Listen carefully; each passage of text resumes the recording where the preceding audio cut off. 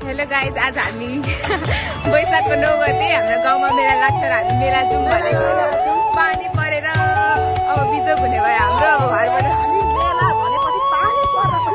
पानी पर्दा पनि हामी मेला हिँडिरहेको छौँ।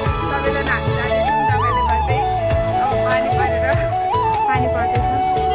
ल गाइज, हामी आधी बाटो आइसक्यौँ। मेहनतपछि लड्छु होला।